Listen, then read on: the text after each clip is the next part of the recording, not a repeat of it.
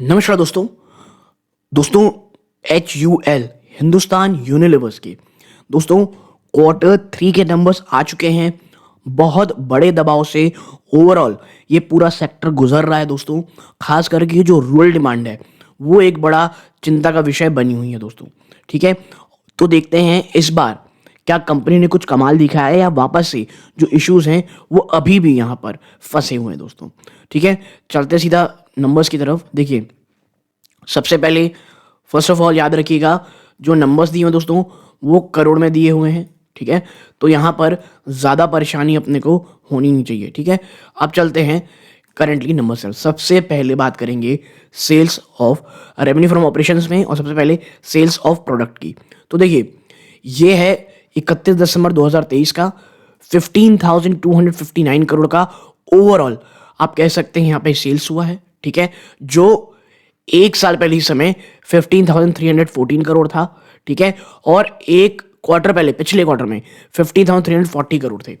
तो आप समझ जाइए एक चीज कि यहां पर ना जो सेल्स में है वो वापस से कमी आई है, यानी जो वीकनेस थी वो साफ देखने को मिल रही है। ठीक है, अब बात कर लेते हैं सेल्स ऑफ सर्विसेज की। 35 करोड़ का रहा है, जो एक साल पहले कितना था, 24 करोड़, और एक क्वार्टर पहले 29 करोड़ रुपीस था। ठीक है, अब other operating revenue 273 crore rupees, ये इस क्वार्टर नंबर से दोस्तों दिसंबर क्वार्टर। ठीक है, जो एक साल पहले 254 करोड़ थे और एक साल पहले एक क्वार्टर पहले माफ कीजिएगा 259। देखिए, ये थोड़ा कंफ्यूजिंग रहता है इनका आप कह सकते हैं नंबर्स। तो मैं आपको बता दूं, ये पिछले क्वार्टर्स के नंबर है सितंबर क्वार्टर के। ठीक है, ये हैं इस बार जो करंट नंबर आ रहे हैं वो इस बार हैं, और जो एक साल पहले का नंबर वो ये है दोस्तों। ठीक है, और जब आप इन सबको जोड़ते हैं ना दोस्तों, तो टोटल इनकम कैसे निकल के आती है इस बार 15,781 करोड़। एक साल पहले ये माफ कीजिएगा, एक साल पहले कितनी थी ये 15,707 करोड़ रुपीस। यानी ईयर ऑन ईयर बेसिस पे मैं आपको बता दूं, ये भले ही बढ़ोतरी है लेकिन वो सिर्फ इसलिए है क्योंकि आप देखें यहां पे तो कुछ कंपनी ने ये जो अदर इनकम है ना उसमें 102 करोड़ 110 करोड़ थी जो पिछले साल, वो जंप होकर के 214 हो गई है। वरना sale of product purely operational front में ये मैं कहूंगा बहुत बहुत बड़ा झटका निवेशकों को लगा है। ठीक है, अब आप देखें ये तो टोटल इनकम की बात हो गई। अब बात करते हैं खर्चों की। क्या कॉस्ट ऑप्टिमाइजेशन और अन्य जो कंपनी ने कदम उठाए होंगे उसके बाद चीजें अच्छी हुई होंगी। कॉस्ट ऑफ मटेरियल देखते हैं 5,027 करोड़ रुपीस, और एक साल पहले ये 5,000 करोड़ थे, और एक क्वार्टर पहले आप देखेंगे पिछला क्वार्टर 4,799 करोड़ रुपीस थी। ठीक है, purchase in stock in purchase of stock in trade देखेंगे आप तो ये 2,667 करोड़ है। ऑलमोस्ट सेम है दोस्तों, आप देखिए ये ऑलमोस्ट सेम है। ठीक है, ये यहां पे उतनी ज्यादा प्रॉब्लम नहीं है। अब बात करते हैं क्या इन्वेंट्रीज की।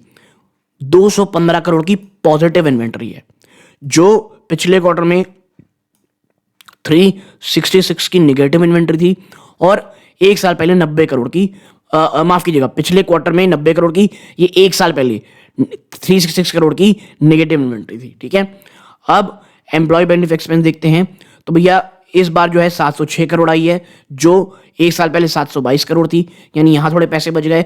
और आप कह सकते हैं पिछले क्वार्टर में 766 करोड़ थी, तो यहां भी काफी पैसे बच गए। ठीक है, तो भैया जो एम्प्लॉय का पैसा है वो सीधा कम हो गया है। सबसे इजी और सबसे आसान रास्ता है, जो आपके यहाँ काम कर रहे हो उसका पैसा काट लो। ठीक है, अब बात कर लेते हैं क्या डेप्रिसिएशन एंड अमोर्टाइजेशन एक्सपेंस की, तो एंड अदर एक्सपेंसेस की। तो ये इस बार 313 करोड़ रहे हैं, जो आप एक साल पहले 293 करोड़ था, तो यहाँ थोड़ी बढ़ोतरी है, और एक क्वार्टर पहले 297 करोड़ थी दोस्तों पिछले क्वार्टर में दोस्तों। अब बात कर लेते हैं क्या एडवर्टीजमेंट और प्रमोशंस की। ठीक है, अदर एक्सपेंसेस में 1,626 करोड़ है इस बार, जो पिछले साल मात्र 1,209 करोड़ थी। आई मीन आप देखें यहां पे 1,209 करोड़ से जंप होकर के 1,626, ये बहुत बड़ा जंप है लिटरली में। और एक क्वार्टर पहले ये 1,742 थी। ठीक है, नंबर्स आपको ईयर ऑन ईयर देखने हैं, मैं फिर आपसे कह रहा हूं ईयर ऑन ईयर पे हमको नंबर देखने हैं। अदर एक्सपेंसेस 2,090 करोड़ है, जो पिछले साल 1864 करोड़ थे, यानी यहां पर भी बड़ा झटका लगा है। और एक साल पहले ये माफ कीजिए पिछले क्वार्टर में ये 1973 करोड़ थे। और जब आप इन सब खर्चों को जोड़ते हैं तो टोटल एक्सपेंस आपका निकल के आता है दोस्तों 12,305 करोड़ रुपए। ठीक है, जो पिछले क्वार्टर में माफ कीजिए पिछले साल इसी क्वार्टर में सेम क्वार्टर में मात्र 12,225 करोड़ थे। आपका तो भाई साहब मैं कहता हूं 680 करोड़ के आसपास का आपका ज्यादा खर्चा हुआ है। ठीक है, यानी जो ये बढ़ोतरी आपको थोड़ी बहुत दिख रही थी वो यहां गायब होती आपको दिखाई दे रही है। और एक साल पहले ये 12,211 करोड़ रुपए थे। ठीक है, अब हम इसको मिटा के देखते हैं कि भैया आपने कितना प्रॉफिट कमाया है। ठीक है, आपने ओवरऑल कितना प्रॉफिट कमाया है। और हम देखते हैं कहां पे, हम देखेंगे दोस्तों profit after tax from continuing operations. आपने कमाया है 2508 करोड़। ठीक है, जो एक साल पहले कितना था, माफ कीजिएगा एक साल पहले इसी क्वार्टर में 2481 करोड़ था और एक पिछले क्वार्टर में 2657 करोड़ थे। भाई साहब ग्रोथ तो खत्म है, क्वार्टर ऑन क्वार्टर तो बड़ी गिरावट है। ठीक है, और ये एक चीज ना यार मतलब बहुत ही ज्यादा परेशानी वाला हो गई है आप कह सकते हैं एचयूएल के लिए। ठीक है, और जब हम नीचे चलते हैं और ओवरऑल बात करते हैं भैया total comprehensive income for the period हमने कितनी कमाई है यहाँ पे, तो आपको यहाँ साफ देखने को मिलेगा total comprehensive income for the period ABC में 2501 करोड़। अब ये पिछले साल सेम क्वार्टर में 2512 करोड़ थे, यानी भाई साहब आपने यहां गंवा दिए। और ये 2662 करोड़ रुपए थे। आपने ओवरऑल जो है दोस्तों बहुत ही खराब परफॉर्मेंस रही है। ठीक है, आपके जो वीकनेस थी वो अब साफ देखने को मिल रही है। और दिसंबर क्वार्टर में आपको बता दूं one of the best quarter होना चाहिए कंपनीज के लिए। और आप देखिए जो ईपीएस है भाई साहब ये एक साल पहले 10.5 रुपए 10 रुपए 53 पैसे थी और अब वो आप कह सकते हैं जंप होकर के थोड़ी 10.68 हो गई। लेकिन यार मैं बताऊं आपको ये बिल्कुल भी ऐसा कोई उत्साहजनक नहीं है। पिछले क्वार्टर में 11.25 रुपए 11 रुपए 30 पैसे थी, वहां से तो आप बहुत नीचे आ गए हो। तो ओवरऑल देखिए ये एक प्रॉब्लमेटिक चीजें तो हैं, मैं आपको बता दूं ये एक प्रॉब्लमेटिक चीज है। और अब जो प्रॉब्लम है साफ देखने को मिल रही है। मुझे लग रहा है एक झटका स्टॉक में जरूर आना चाहिए, एक बड़ी गिरावट का। अब बात कर लेते हैं वो कौन सा सेगमेंट है जो बहुत रोल आ रहा है कंपनी को। देखिए सबसे पहले सेगमेंट रेवेन्यू चेक करेंगे। सबसे पहले आता है दोस्तों होम केयर। ठीक है, सबसे पहले आता है होम केयर रेवेन्यू। आप यहां देखें तो इस बार 5444 करोड़ आई है, जो एक आप कह सकते हैं एक साल पहले इस समय 5514 करोड़ थी। यानी सालाना दर पे यहां पे आपको गिरावट देखने को मिल रही है। क्वार्टर क्वार्टर में आप देखेंगे तो यहां थोड़ी बहुत जंप है, लेकिन ये कोई ऐसी कंपनी है फ्लैट टू पॉजिटिव आप कह सकते हो। ब्यूटी एंड पर्सनल केयर जहां पे आपको क्या मिलता है सबसे अच्छा मार्जिन 5782 करोड़ रुपीस है दोस्तों। कितनी 5782 करोड़, जो एक साल पहले 5764 करोड़ थी। और ये जो बढ़ोतरी मैं से मानता ही नहीं, मैं ये कहूंगा थोड़ी गिरावट है भैया। एक साल बाद भी आप तो लगभग वहीं खड़े हो जहां खड़े थे। हाँ, क्वार्टर क्वार्टर यहां पे भी कमी आई है।